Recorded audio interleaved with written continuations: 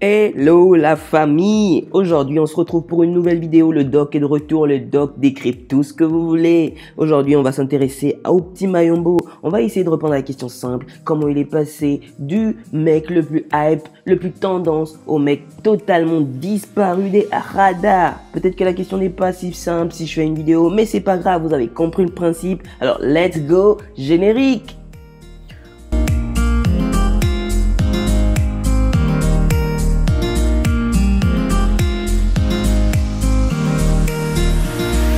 On a déjà fait pas mal de vidéos sur le petit Mayombo. Alors si tu veux en savoir plus, clique là.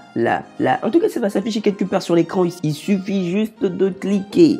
Alors la première chose qui a tué les rêves de gloire de petit Mayombo, c'est son entourage. Oui, parce que le petit Mayombo aurait pu devenir une légende, telle que Mimi Mati ou encore Passepartout de Fort Boyard. Mais au lieu de ça, il a décidé de s'entourer de personnes qui ne voulaient pas que son bien.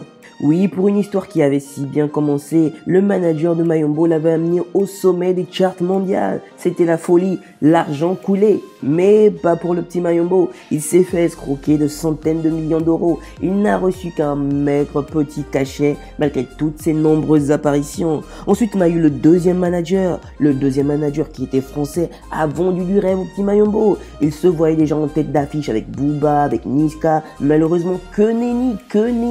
Rien de rien. Ils auront disparu. La totale, il n'aura plus aucune nouvelle après quelques mois seulement de management. Je vais pas ici m'étaler sur toutes les péripéties entre Mayombo et ses managers, mais malgré les lives nocturnes, les nombreux posts, autant dire que la situation devenait tendue comme un string pour le petit Mayombo. Le deuxième élément qui a précipité la chute de Mayombo, ce sont ses choix de carrière. Mayombo n'a pas fait des choix de carrière plus qu'évidents. C'était plutôt douteux. D'ailleurs, je suis sûr que vous vous souvenez même pas que Mayombo avait démarré une carrière de stand-upper. J'appelle chérie Coco, viens ici.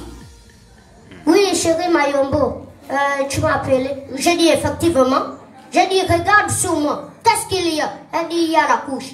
J'ai dit dorénavant. Si tu oses encore me confondre à mon bébé, je t'assure que je te virerai de cette maison. Et depuis, elle a une stratégie pour me différencier du bébé. Elle regarde juste la taille des deux sexes. Eh bah oui, ça n'a duré que quelques semaines et ce fut bref. Et ça n'a pas du tout marché. Il a essayé quelques blagues et c'est tombé à plat. Mayombo s'est aussi essayé à la musique. À étant dire que c'était pas vraiment dans ses compétences, si vous voyez ce que je veux dire.